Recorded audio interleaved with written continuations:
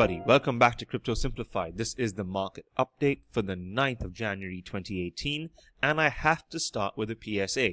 Please update your operating system if you're using a Mac OS or iOS device as quickly as possible, please, especially if you use cryptocurrency-based things and passwords on these devices, because this vulnerability might potentially reveal private keys that you are using to any potential hackers. So be extra careful. Please update your security as quickly as possible. So today's video will be a lot less about price action in cryptocurrencies and a lot more about what's happening in the cryptocurrency world today. I apologize for any noise in this recording. There's a lot of construction happening next door and they decided to ramp up the volume today. So I apologize. If there's anything you don't get, please comment and I'll clear it up later on. So to begin, the McAfee pump for this week is Dogecoin. I'm not going to mince my words here. I dislike John McAfee doing this. He's a highly visible figure in the cryptocurrency and tech world. He is just attracting a lot of attention to coins. Yes, a lot of them are good products. Yes, he might be doing his research, but by just putting a very reductive tweet like this, coin of the week Doge, it's like he's trying to see how far he can pump this coin by just using his point of view on this.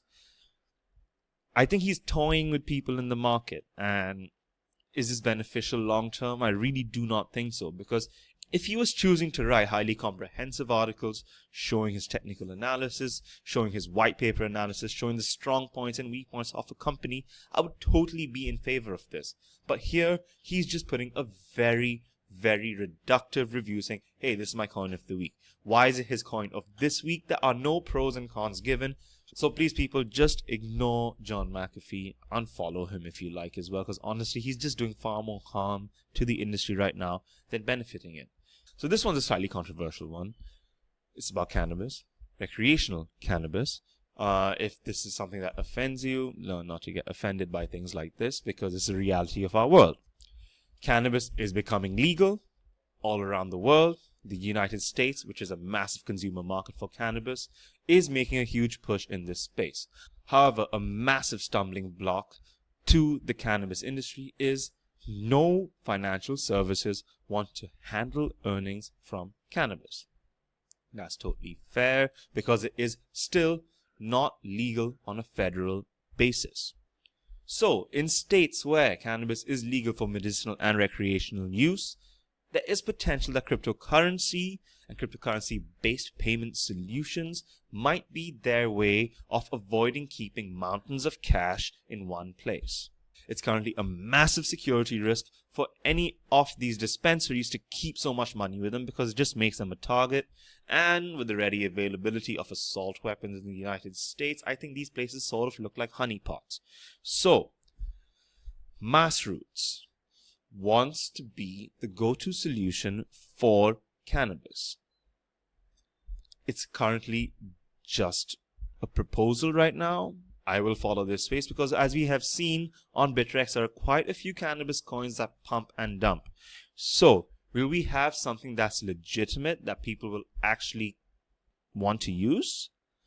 Could they just use Ethereum instead? Let's see how this goes, because the market forces will shape developments like this. If people actually see a proper use case for a currency like this, there could be development here. Lots of people are posting fairly angrily in the Shapeshift subreddit that their transactions are not going through. People just stop using Shapeshift, use an exchange that sells the same asset in both Bitcoin and Ethereum, and then you can easily move your funding between Bitcoin and Ethereum. It's really simple. And hey, if the price of this asset appreciates, you might even get more Ethereum than what you're initially expecting to get.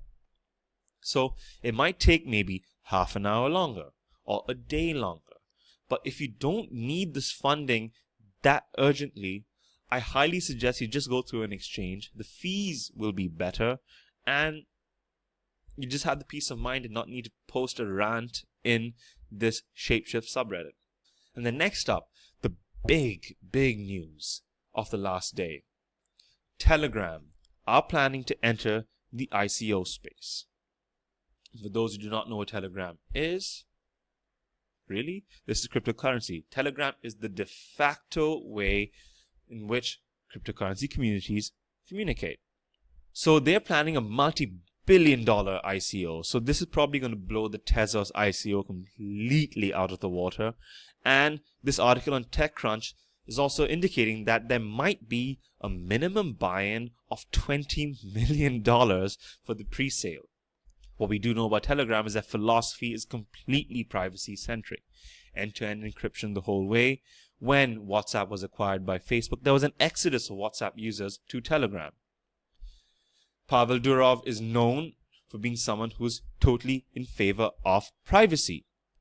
He refused to give up names of Ukrainian protesters to the Russian government, and now he sort of doesn't live in Russia anymore. He's in self-imposed exile so that he cannot be coerced into giving up any information to the country where he's living.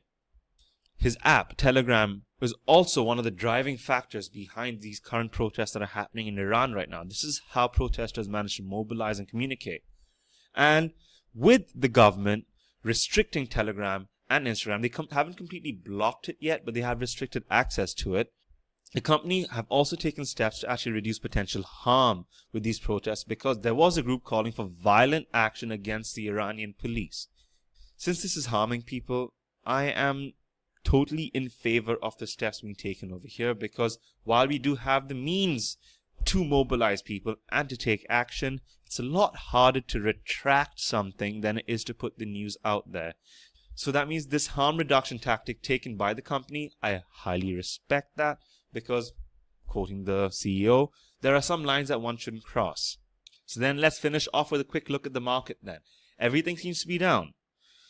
Neo, Monero, Icon, and Verge are up, but it seems to be quite a bit of a pullback happening in this market right now. You've got a few of the smaller coins that I frankly don't really care about too much that are up.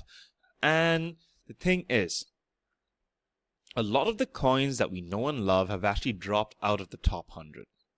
So I went to the deep and dark depths of page 2, and Ethlen, Raiden Network, Storage, Vertcoin, BitBay, Ubic, Monaco, Nav, they've all dropped out of the top 100.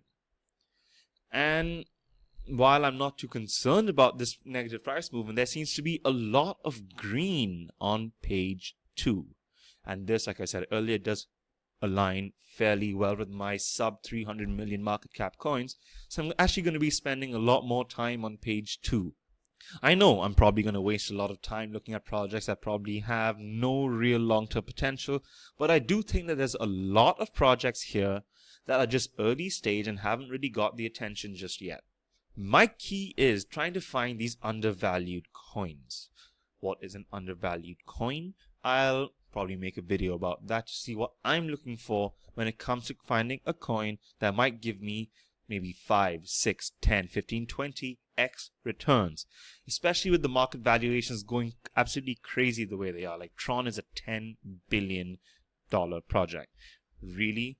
Does Tron deserve to be a $10 billion project? They don't really have any partnerships or anything happening. What is the long-term potential of this project? That's what I'm going to look for. I'm trying to look for coins that can actually be integrated in more than one use case. Yes, payments are good. Payments are important. But do we have an actual network or an ecosystem being created within a blockchain that is absolutely unique? I was driving around town yesterday and I caught myself thinking, okay, Ethereum has a bit of a scalability problem. There are loads of applications and projects being launched on the Ethereum blockchain. Won't that hamper scalability just a little bit more? If you have access to any resources that might help me with this, please leave them in the comments. Of course, I'll do my own research, but I would love to have a helping hand to point me in the right direction. Will 800 billion be one of those key figures that if we break this line, it's going to shoot up again and really shoot up in a huge way? Let's see, because we are seeing a slight pullback right now. Some coins that I do like Status, are going through a bit of healthy consolidation. Sia coin is also going through some healthy consolidation. So I will be looking for some short-term opportunities in this market. Any coins that have moved very little in the last 3 or 4 days, I'll probably punt. little bit. I haven't decided on which opportunities they are specifically just yet. I will have a better idea later on today. I don't know if I'll make a video specifically about that. I probably will be tweeting about things that I find interesting from a technical analysis basis. So that's all for the video for today. Please like, do subscribe, do share, and I'd love to hear what you have to say about all this. Do you agree with the Telegram's stance of blocking a potentially violent group? What do you think of the upcoming ICO? If you have updated your security on your device, do leave a like. If you think I have no right to tell you to upgrade your security, do leave a dislike. I will not take it personally. So this is Marv from Crypto Simplified signing off. I do hope you have an awesome rest of the day. We will catch up very soon. Later.